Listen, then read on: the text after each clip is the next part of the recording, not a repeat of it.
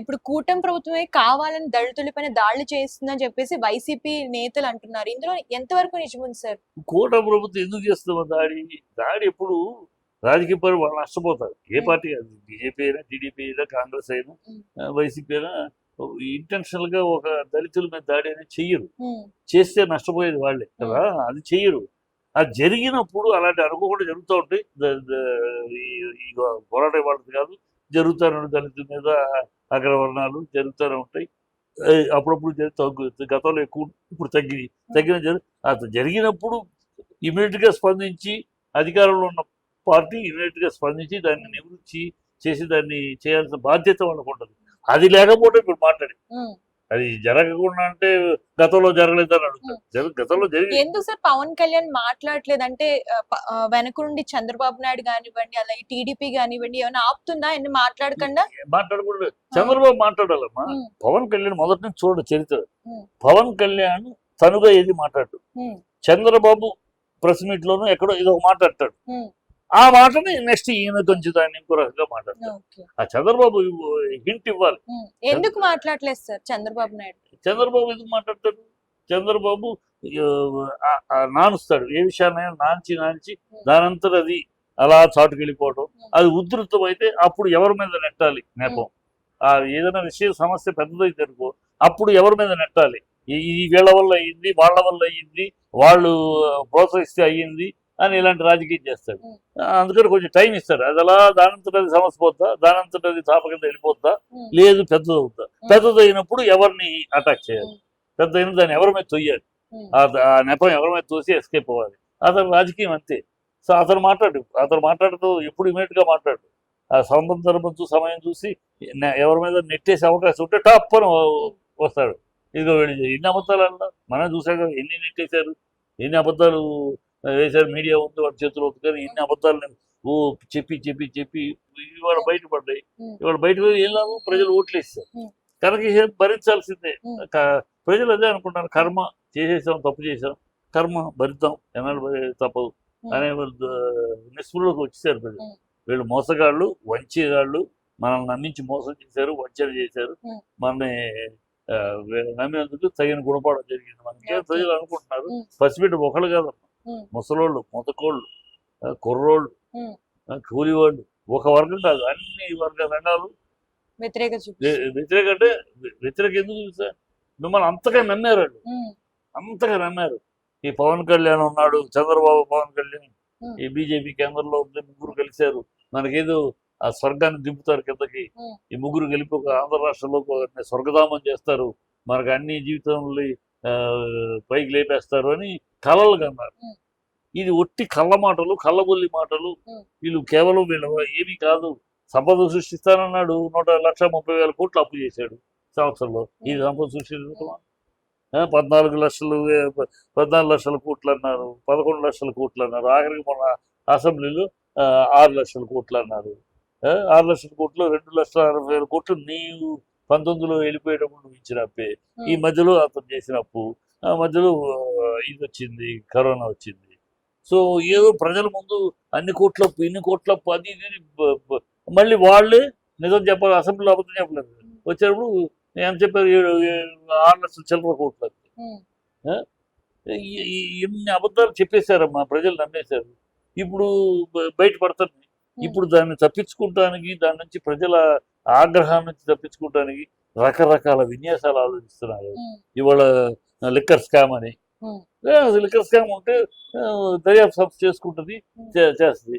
దాన్ని వీళ్ళ మీడియాలో జగన్ అరెస్ట్ చేస్తారని భయపడుతున్నారు. ఎవడు భయపడుతున్నారు? జగనే అన్నాడు. ఏంటంట, చేస్తారా? చేయనివ్వండి. అందరికీ తెలుసు, రెడ్ బుక్ ఆరంభించినప్పుడే ఆరంభం రెడ్ బుక్ లో విజయసాయి రెడ్డితో మొదలెట్టారు. ఇది ఎక్కడికి వెళ్తుందంటే ఫైనల్ టార్గెట్ జగన్ అని అందరికీ తెలుసు, ప్రజలు మొత్తానికి తెలుసు.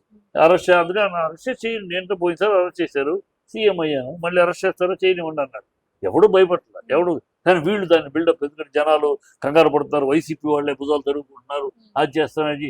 ఎవడు తడుగుకుంటారు? వీళ్ళే తడుగుకుని దాన్ని బిల్డప్ చేసి డైవర్షన్, జనాల్లో మిగతా టాపిక్ మాట్లాడకుండా ఈ టాపిక్ జగన్ అరెస్ట్ చేస్తారు. దీన్ని తోలుతున్నారు ముందు జనాలు. ఎందుకంటే అప్పుడు కదా ఆ టాపిక్ వచ్చినప్పుడు ఈ సంక్షేమ పథకాలండి మాకు రాలేదు. ఏది ఇచ్చారమ్మా? 18 ఏళ్ళు నిండిన వాళ్ళకి 1500 నెలకన్నారు ఇచ్చారా? రీ ఫీజు రీఇంబర్స్మెంట్ అనే కుర్రాళ్ళకి ఇచ్చారా? ఆ? నిరుద్యోగ భృతి ఇచ్చారా? రుణమాఫీ ఇచ్చారా? 18 ఎంతమంది పిల్లలుంటే అంతమందికి 15,000 ఇచ్చారా? రుణ ఉచిత బస్సు అన్నారు, వచ్చిందా? గ్యాస్ ఫ్రీ అన్నారు. ఏంటి గ్యాస్ ఫ్రీ? గ్యాస్ ఫ్రీ అంటే ఏంటి? మీరు ఇచ్చేస్తారు, కాదట 1700 కట్టాలి, కట్టినా కట్ట వాళ్ళు రీఇంబర్స్ చేస్తారట. గవర్నమెంట్ మనకు రీఇంబర్స్ చేయటం అనేది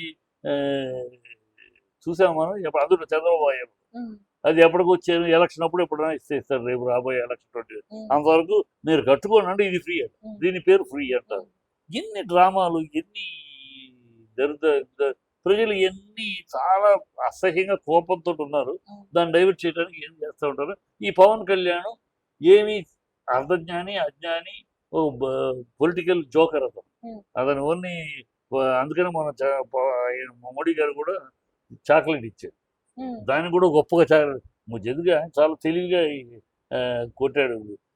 మామూలుగా ఏం చేస్తాడు? చాక్లెట్ ఎవరికి ఇస్తాం? ఫంక్షన్లో పిల్లలు అల్లరి చేస్తూ ఉంటే అల్లరి చేయబాక ఇదిగో అంటారు, అలా పిలిచి చాక్లెట్ ఇచ్చాడు. పిల్లాడు కూర్చో అన్నాడు. అది నువ్వు ఇతను పిల్లాడివి, నీ ఆవేశం చెప్తే ఆలోచన లేదు, నువ్వు అజ్ఞానివి, అర్ధజ్ఞానివి, కనుక ఉన్న ఎక్కువ అలా కూర్చో, చాక్లెట్ తింటూ కూర్చోవాలని చాక్లెట్ ఇచ్చాడు. అది కూడా చాక్లెట్ ఇచ్చారు గొప్పగా చెప్పుకున్నారు. వీళ్ళ తెలివితేటలు, వీళ్ళ అజ్ఞానం. మోడీ తెలివితేటలు అది. మోడీ ఎలా కొట్టాలో ఇంటర్నెట్ సింబాలిజంగా కొట్టాడు. సింబాలిజంగా కూర్చో అక్కడ ఏదో అసలు ఏదో హడావిడి చేయొద్దు అన్నట్టు పిలిచి చాక్లెట్ తీసుకుని చిన్నపిల్లలు కూర్చో. ఇది వీళ్ళది. వీళ్ళు ఇవాళ లోకేష్ కలిశాడట వెళ్ళి, దాన్ని ఏమి హంగామా చేస్తారండి బాబు? లోకేష్ కలిసి ఏంటి? మోడీని కలిశాడు. అన్ని రాష్ట్రాల నుంచి వెళ్తారు, ముఖ్యమంత్రి వెళ్తాడు, ఇతర మంత్రులు వెళ్తారు. అలా ఒక మంత్రిగా ఒక రాష్ట్ర ముఖ్య వెళ్ళాడు, అపాయింట్మెంట్ ఇచ్చారు. ఎప్పటి నుంచి అడుగుతాడు, ఒక అపాయింట్మెంట్ ఇచ్చాడు, కలిశాడు. మోడీ లోకేష్ కలవటం వల్ల ఏదో చర్చలు జరుగుతున్నాయి. మోడీ లోకేష్ కూర్చోబెట్టి చేసేస్తాడు రాష్ట్రాల గురించి. అంటే పదవుల్లో మార్పులు జరుగుతున్నాయని కూడా మోడీకే సంబంధం. మోడీ ప్రభుత్వం ఇక్కడ ఉంది కాదు కదా. మీ ప్రభుత్వం మీరేం చేస్తారు? అసలు మోడీ స్టైల్ ఆఫ్ వర్కింగ్ తెలియకుండా ఉన్న పేపర్ పొగిడి జగన్ లోకేష్ భజన చేయడం తప్పితే ఏదో వచ్చాడు, కలిశాడు. Very routine. అనేక మంది మంత్రులు కలుస్తూ ఉంటారు, అనేక మంది ముఖ్యమంత్రులు కలుస్తూ ఉంటారు. రొటీన్. ఆ రొటీన్లో వచ్చాడు, నో అనకుండా అవకాశం ఇచ్చాడు. ఎప్పుడు సంవత్సరం అయింది కదా.